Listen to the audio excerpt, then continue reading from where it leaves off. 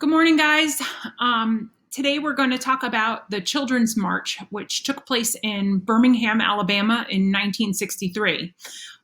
This is one of those pivotal moments in the civil rights movement. My goal for you is to help you to understand political movements can involve children as well as adults, and that kids of all ages have the power and the ability to make a difference around the world. So with no further ado, I want to ask you first if you have ever participated in a protest and what different methods people your age might use to do so. And I don't know if you guys have ever thought about it this way, but if you've ever signed a petition or marched, I bet a few years ago after the Parkland shooting in Florida, that school shooting in Parkland, Florida, that some of you may have walked out of school in protest. Maybe you made a sign or a poster. Some of us wear clothing that has political messages on it. So my question for you is, have you ever done that?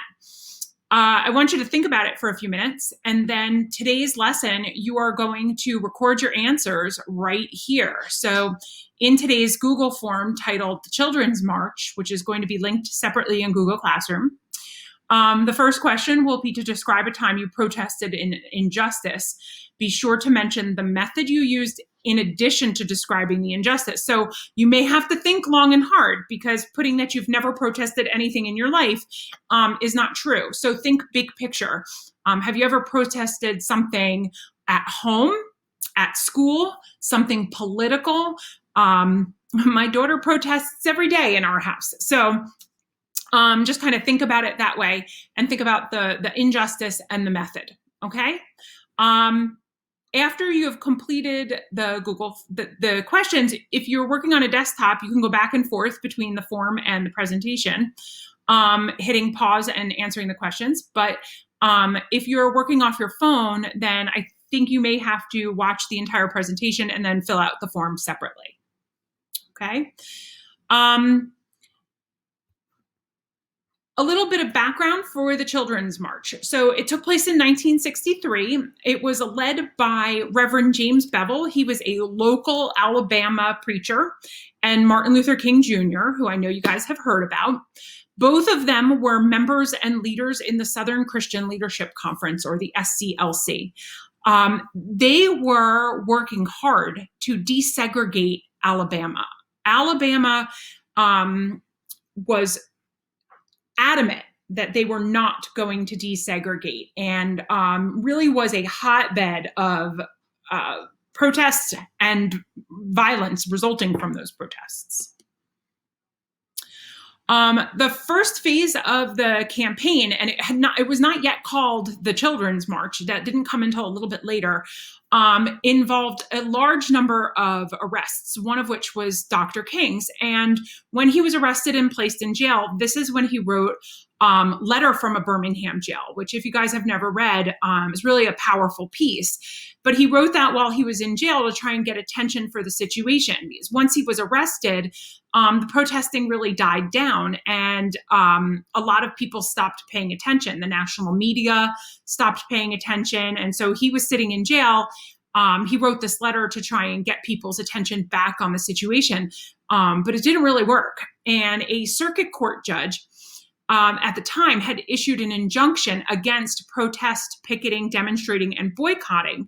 So people were nervous at this point about whether or not they could participate in a protest without getting arrested. And if you got arrested, what would that mean for your job, your children, your employment, your ability to earn a living? So it really kind of clamped down on everything that was happening.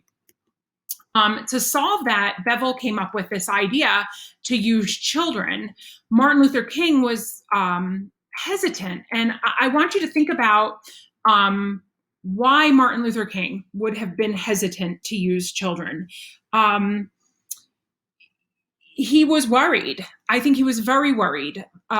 Worried not only that the kids possibly would be exposed to a violent reaction, which you'll find out they were, but I think he was also worried that people would look at them, at himself and Bevel, and accuse them of taking advantage of young children and using them for a cause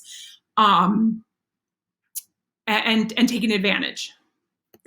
But they decided to use children because they had less to lose than their parents, who feared losing their jobs, their homes, and being violently responded to. They also felt that the children would be far less likely. I think they thought it was very unlikely that kids would be met with violence. And children were then recruited using local DJs over the radio. This was not the first time that children would be used as part of the civil rights movement.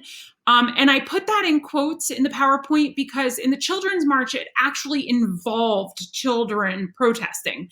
But other parts of the civil rights movement, children were involved in it, and not necessarily actively or by choice, but as a result of the things that were happening around them. And one great example is the murder of Emmett Till. Now, Emmett Till, I don't think, had any intention of becoming the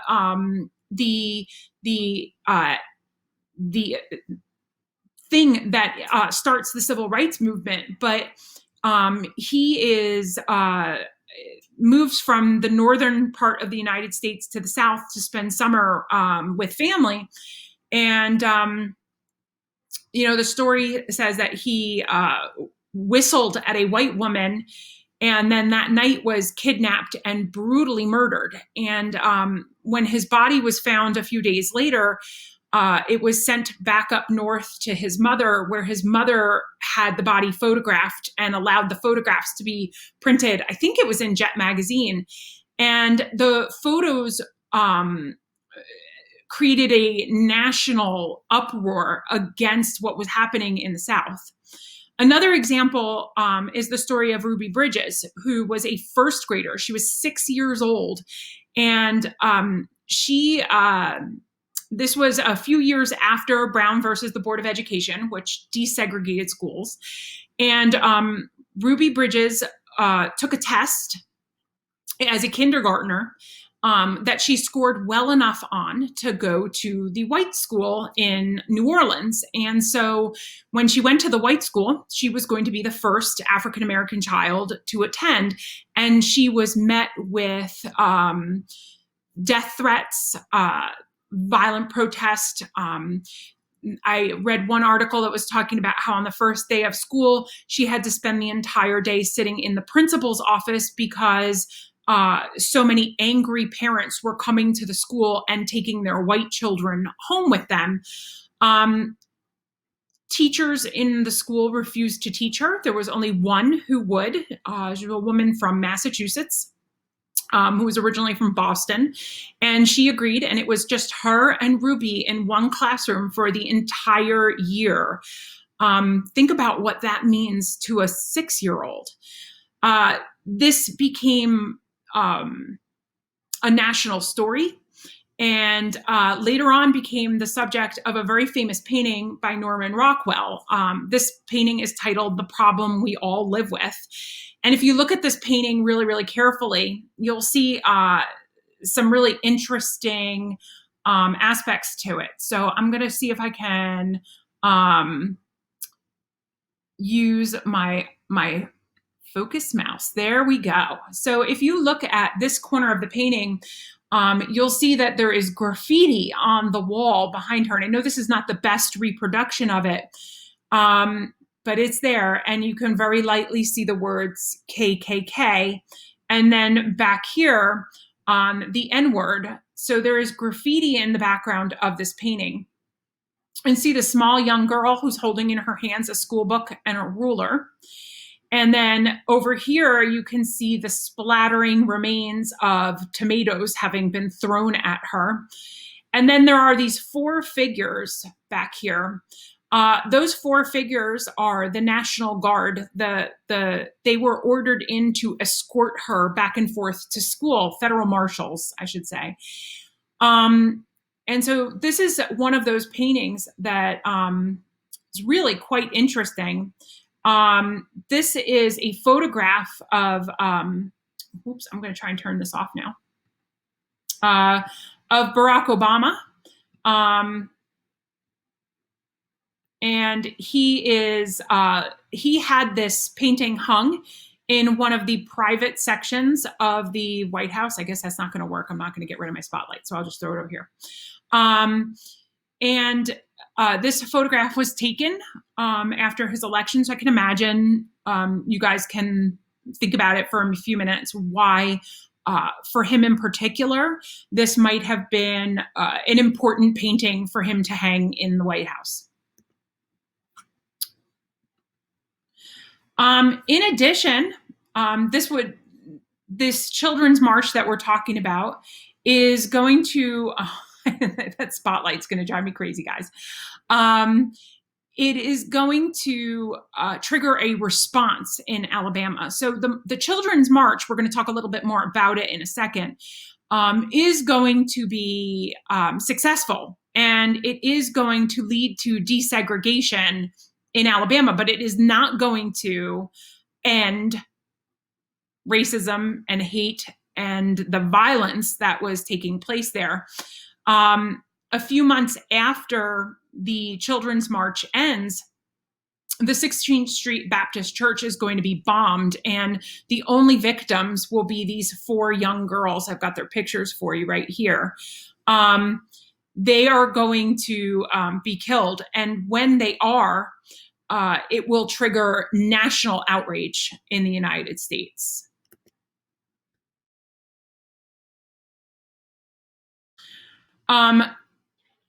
Thousands of kids were trained in tactics of nonviolence for this march. On May 2nd at 11 a.m., 4,000 children walked out of school in Birmingham and began the protest. And their goal was to talk to the mayor of Birmingham about segregation. It was to open up a dialogue and to get people to start talking. But they were not met with a peaceful response. And on the first day of the protest, hundreds of children were arrested.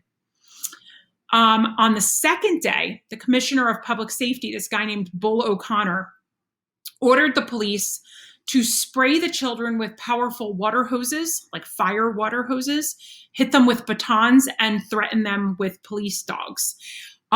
The resulting photos that you're going to see were published all over the United States in newspapers, and in some cases were seen on TV, although at this time not everyone had a TV.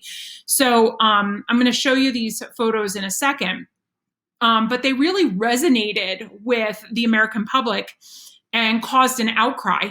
People got very, very upset, and in the long term, businesses began to feel a lot of pressure where this from a PR standpoint was not good. And eventually the civil rights leaders were allowed to meet with local officials, and they hashed out a plan to end the protests, which eventually led to the desegregation of business and the freeing of all those who had been jailed during those demonstrations. But again, in September of that year, those 4 girls are going to be killed by bombs planted by white supremacists. Interesting side note that the 4 men who bombed that church were initially found not guilty. They were found guilty of holding unlicensed dynamite. The case was reopened much, much later, I think 20 years later in the 80s. And a couple of them did end up going into jail. But here are some of the photos of the kids as they are leaving school and beginning their protest, getting ready to protest. They look fairly upbeat. You can see there's some smiling faces in here. It's not so bad. She doesn't look so happy. But you guys can kind of look through that. There's a number of people here who are looking hopeful, right? That is going to change. When they come out onto the street, you can see that this is the second day of marching. Police dogs are being used to threaten. These are not cute puppies. And here you can see this man, his whole pant leg is being torn off. So I can't imagine that dog only got pant there, but this is an incredibly violent reaction. Here you can see the fire hoses being used. And just so you know, this is not like a light spray of water. These hoses and the water that came out of them was incredibly hard and could rip off skin. It was not a pleasant experience in any way, shape, or form. All right.